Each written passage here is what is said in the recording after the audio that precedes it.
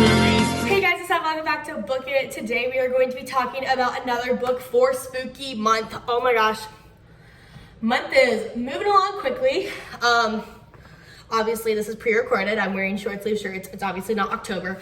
Actually it might be. You never know. We are going to dive in with another thriller. Today we are going to be discussing the thriller We Were Never Here by Andrea Bartz. One of the two. And this book, why is my lights just went out? This book is a thriller. It's Reese's Book Club, very well known. It's all about toxic friendships. So we've all had toxic friendships. I know I have. I know I've been a toxic friend at time. I've known like people in my life who've been toxically friends. Like we all just kind of know them. But this one is literally like toxic friends to the max. I'm also cooking right now.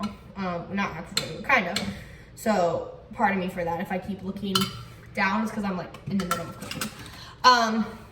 So the story follows two friends from college. They live on opposite sides of the world. Kirsten. I called her Kristen. It might be Kirsten. Kristen lives in Australia now with her job, and Emily lives in like their home city or home state or whatever, wherever they went to college. And the book is told from Emily's point of view, and like Kristen's like the best friend. So they have their last day in I want to say it's like Chile or it's Ecuador. It's one of the two, and basically Kristen kills a man. Straight up. Not like the story goes, he was trying to assault her and she like hit him with something and he just like, she doesn't know why, but he just died. Like it was blunt force trauma to the head, he died. Now, do we know if that's true? We don't know. All we know is from Emily's point of view of her just getting in the room and her taking care of basically Kristen is like, all right, here's what we have to do. We have to make sure we don't get caught. We have to make sure we hide his body. We have to make sure we do X, Y, Z, and W. And this is when we kind of learn like, hey, she's really good at this. And that is because a year before this incident, Emily had killed a man in another country that they were traveling to for fun. So she has a history of like cleaning up dead bodies, basically. And then like as they're kind of like leaving, they're trying to like act normal. This is when Emily tells Kristen like, oh yeah, I've been seeing this guy. She's like, oh, is it serious? And she's like, oh, kind of, but like, you never know. Like, just seeing this guy. We'll see how it goes. And then they go their separate ways. This is when Kristen asks her to go on like a year-long trip. It's like, we should go on like a year-long just backpacking trip, just me and you.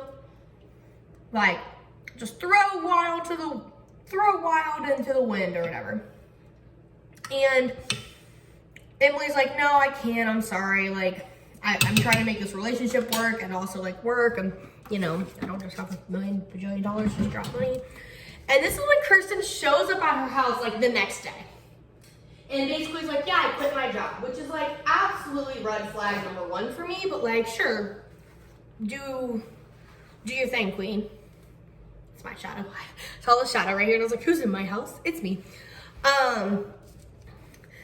And then this is when like Kristen starts kind of getting like toxic and weird. And basically, I'm not going to like spoil the book for you because I think it's a really good book and I think everyone should read it. This is when like there's the roller coaster of their friendship starts to like really come into light, and you kind of see like well, I protected you during this, so you need to do this. I did this, you need to do this.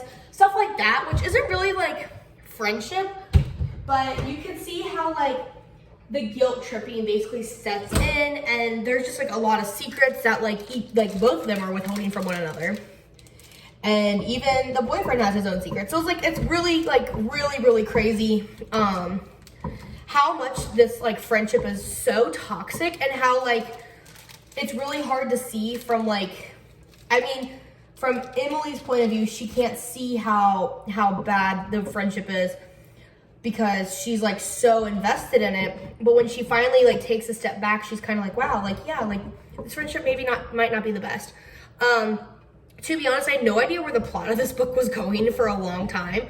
But like, I was here for the ride. Like, I was on the ride and I was like locked in and I was ready, but like, I didn't know where we exactly were going, which was exciting. I didn't like I never really knew what the truth was, and I don't think that you're supposed to know what the truth is until the very, very end, which I loved. But this book was the absolute definition of gaslighting to the max. Like, they were like, seriously, both of them were gaslighting one another, like left and right, like nobody's business. And that just shows like the friendship was so strong, but like in reality, like the friendship was really like crap. Like, they should not have been friends with one another. But over like everything said and done, I really did love this book. I totally understand why Reese gave it the book stamp. This book was so good. It was so good to get into. It was very like, kept you on your toes, made you think a little bit. Like, you never really knew who was telling the truth, who was lying. Absolutely loved. I gave this book a 5 out of 5. So we have another 5 out of 5 for spooky month. I genuinely hope that this month is just filled with 5 out of 5s. I don't think it's going to be.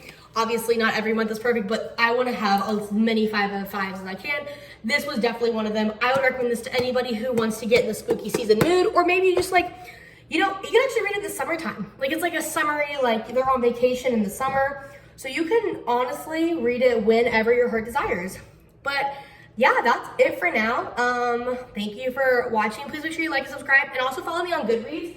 My Goodreads, it's updated like way before videos come out. So like, I'm going to update this now, and then this video will come out for spooky month. So like, you have so much time. But yes, that is it for this. Thank you so much for watching my ready to bake whatever I'm making. And until next time, bye.